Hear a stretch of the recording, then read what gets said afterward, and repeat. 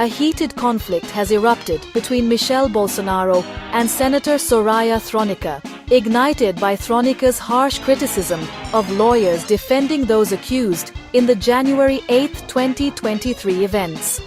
Michelle, as president of PL Mulher, publicly condemned Thronicke's remarks, framing them as an attack on the legal profession and a threat to constitutional rights. This clash is more than personal. It exposes the deep ideological rifts and power struggles fracturing Brazil's right-wing politics after the 2022 elections. To truly understand the depth of this political dispute, we must look closely at the two women at its center, each with her own story, ambitions, and vision for Brazil's future. Their journeys, though intertwined by circumstance, have taken dramatically different turns, setting the stage for a confrontation that goes far beyond party lines. Michelle Bolsonaro, once known primarily as the reserved and supportive First Lady, has stepped into the spotlight as the leader of PL Mulher, the women's wing of the Liberal Party.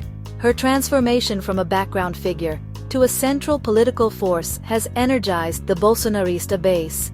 Michelle is now seen as a champion of traditional family values, religious principles, and constitutional rights, often invoking her faith and her commitment to conservative ideals. Her speeches resonate with those who long for stability and a return to what they see as Brazil's core values, making her a symbol of continuity for her supporters. On the other side stands Senator Soraya Thronicke. Once a close ally of the Bolsonaro movement, Soraya has since charted her own course, emerging as a vocal critic of the government she once supported. Her decision to run for president in 2022 marked a bold step, positioning herself as a moderate conservative who seeks dialogue and reform rather than confrontation. Soraya appeals to voters who are disillusioned with polarization and are searching for a more pragmatic, inclusive approach to right-wing politics. Her independence and willingness to challenge former allies have made her both a target and a beacon for those seeking change. The clash between Michelle and Soraya is not just a matter of political rivalry, it is deeply personal. It's a confrontation between a former loyalist who now stands apart and a dissenter who once stood within the fold. Each woman embodies a different vision for the future of Brazil's right, and their conflict highlights the growing divisions within the conservative movement. This ongoing confrontation is, at its core, a battle for narrative control and influence. Both Michelle Bolsonaro and Soraya Thronicke are vying to define what it means to be a conservative in Brazil today. Their struggle will shape not only the direction of their parties, but also the broader future of Brazilian politics, as supporters and critics alike watch to see which vision will prevail. The controversy erupted when Senator Soraya Thronicke, known for her outspoken style and sharp rhetoric, took the floor with a statement that would send shockwaves through Brazil's political and legal communities. In a moment that quickly captured national attention, Thronicke leveled a blunt accusation that would dominate headlines and ignite fierce debate across the country. She claimed that the lawyers representing the January 8th defendants were motivated less by a sense of justice and more by personal gain, specifically by the lure of money and the spotlight of publicity. According to Thronicke, these legal professionals were not acting in the best interests of their clients, but instead were seeking to advance their own careers and reputations, regardless of the consequences for those they represented. Thronicke didn't stop there. She escalated her criticism by alleging that some of these lawyers had even encouraged their clients to lie under oath in court. This was not just a critique of professional conduct, it was a grave accusation that struck at the very heart of the legal process, raising serious questions about the ethics and integrity of those tasked with defending the accused. Such claims, if true, would undermine public trust in the justice system itself. As a sitting member of the Parliamentary Inquiry Commission investigating the events of January 8, Thronicke's words carried significant institutional weight.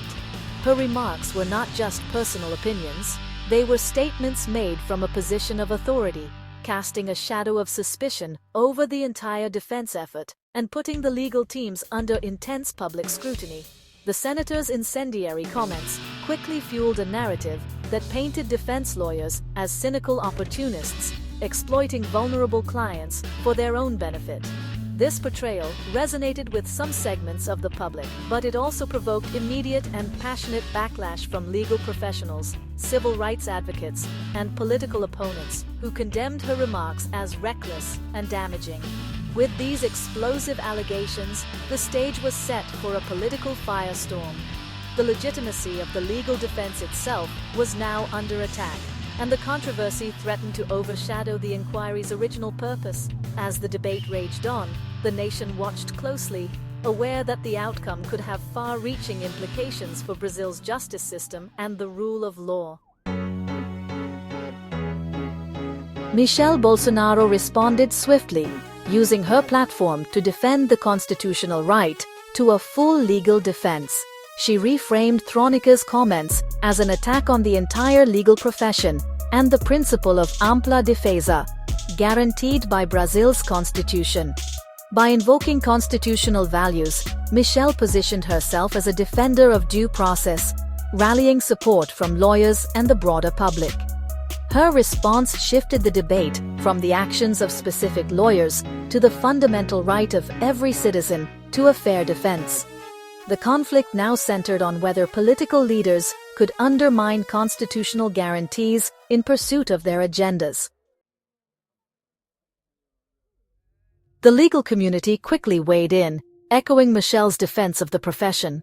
Many lawyers saw Thronicke's remarks as a dangerous attack on the core function of legal advocacy, defending even the unpopular. The Order of Attorneys of Brazil and prominent lawyers stressed that every citizen deserves a defense, and conflating lawyers with their clients undermines justice.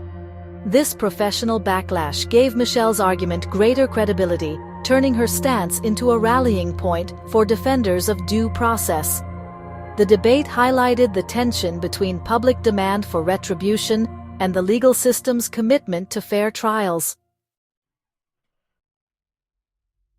The January 8th events remain a national trauma, dividing Brazil's political landscape. For some, the riots were an attack on democracy. For others, the accused are political prisoners facing judicial overreach. Legal proceedings have been controversial, with mass trials and allegations of due process violations fueling claims of persecution. Thronicke's attack on defense lawyers aligns with the narrative that the movement is corrupt, while Michelle's response frames the system as hostile to the right. This dispute is a proxy war over the meaning and legacy of January 8th, shaping every political and legal debate that follows. The Michelle-Soraya feud is a vivid example of the fragmentation within Brazil's right. Thronicke represents moderates breaking from Bolsonarismo, seeking a broader, less radical conservatism. Michelle, meanwhile, consolidates the core base, defending its values and followers against perceived traitors. Their public clash is a performance for their respective audiences, deepening the divide and weakening the opposition's unity. This internal rivalry distracts from challenging the government and shapes the uncertain future of the Brazilian right. This dispute has international repercussions, affecting Brazil's image and the credibility of its institutions. Public accusations between political leaders undermine confidence in Brazil's democracy and rule of law, raising concerns for investors and allies. The feud complicates the government's efforts to present Brazil as stable and united after January 8th. The world is watching how Brazil handles these tensions, seeing it as a test of democratic resilience. Ultimately, internal polarization weakens Brazil's ability to act cohesively on the global stage. The clash between Michelle Bolsonaro and Soraya Thronicke is more than a personal or partisan dispute. It has become a defining moment in Brazil's ongoing struggle to reconcile the demands of vibrant political debate with the foundational principles of justice and the rule of law. Their confrontation has captured the attention of the nation, symbolizing the broader tensions that have come to characterize Brazil's current political climate. This episode crystallizes Brazil's struggle to balance open, sometimes heated, political discourse with the impartiality and integrity expected from its judicial system. The reverberations of this conflict are felt not only in the halls of power, but also in the streets, where citizens grapple with questions about the future of their democracy. It deepens divisions within the right, exposing rifts that threaten to fragment political alliances and weaken the cohesion of conservative movements. These divisions are mirrored in society, where supporters on both sides become more entrenched in their views, making dialogue and compromise increasingly difficult. The controversy blurs the line between legal process and political loyalty, as legal arguments are often interpreted through the lens of political allegiance. This dynamic complicates the work of judges and legal professionals, who must navigate a landscape where their decisions are scrutinized for political bias as much as for legal merit. As a result, there is a growing risk of eroding public trust in the judiciary.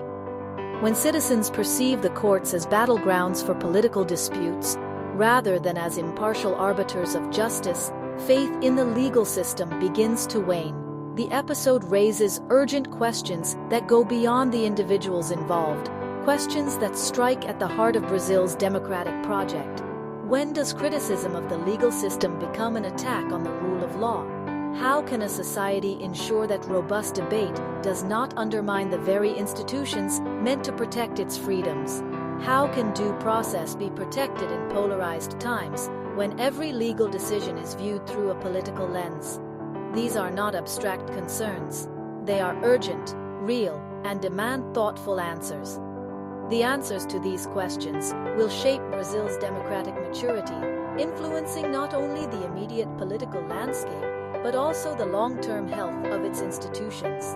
The future of Brazil's political landscape and the resilience of its democracy will depend on how these challenges are met and resolved. Ultimately, this feud is a stark reminder of what's at stake for Brazil's institutions and its democracy, a call to vigilance, reflection, and collective responsibility as the nation navigates these turbulent times.